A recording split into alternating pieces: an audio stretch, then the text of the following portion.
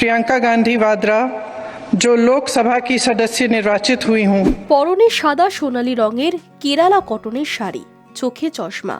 সাংসদ হিসেবে প্রথমবার সংসদে পা প্রিয়াঙ্কা গান্ধীর। সঙ্গী দাদা তথা রায়বরেলির কংগ্রেস সাংসদ রাহুল গান্ধী এবং মা তথা রাজস্থান থেকে নির্বাচিত রাজ্যসভার সাংসদ সোনিয়া গান্ধী। সকাল 11টা নাগাদ ওয়েনার কেন্দ্রে নির্বাচিত সাংসদ হিসেবে শপথ নেন প্রিয়াঙ্কা গান্ধী। ডান হাতে লাল কালো মলাটের সংবিধান তুলে ধরে শপথ গ্রহণ করেন তিনি। मैं प्रियंका गांधी वाड्रा जो लोकसभा की सदस्य निर्वाचित हुई हूँ, सत्यनिष्ठा से प्रतिज्ञान करती हूँ कि मैं विधि द्वारा स्थापित भारत के संविधान के प्रति सच्ची श्रद्धा और निष्ठा रखूंगी।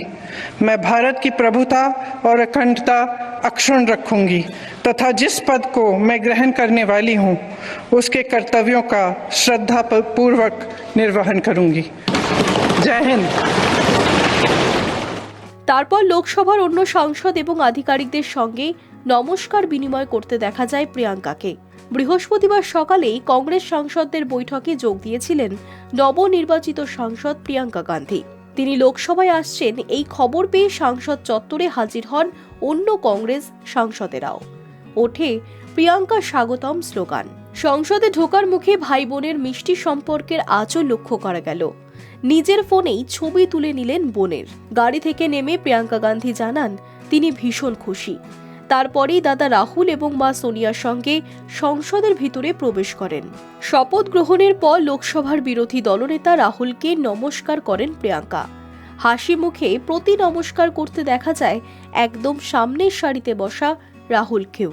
5 মাস আগে লাল কালো মলাটের সংবিধান হাতেই শপথ নিয়েছিলেন রাহুল গান্ধী। 2004 সালে লোকসভা ভোট থেকে নিয়মিত সোনিয়া রাহুলের প্রচারে অংশ নিলেও প্রিয়াঙ্কা গান্ধী আনুষ্ঠানিকভাবে সক্রিয় রাজনীতিতে আসেন 2019 সালের জানুয়ারি মাসে পূর্ব উত্তরপ্রদেশের দায়িত্বপ্রাপ্ত এআইসিসি সাধারণ সম্পাদক হিসেবে। লোকসভা নির্বাচনে উত্তরপ্রদেশের রায়বরেলি এবং কেরলের ওয়েনার 2 আসন থেকেই জয়ী হওয়ার দ্বিতীয় আসনটি ছেড়ে দেন Rahul Gandhi.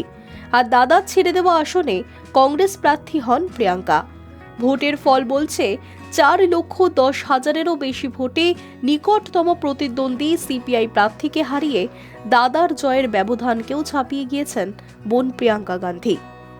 Hi news network.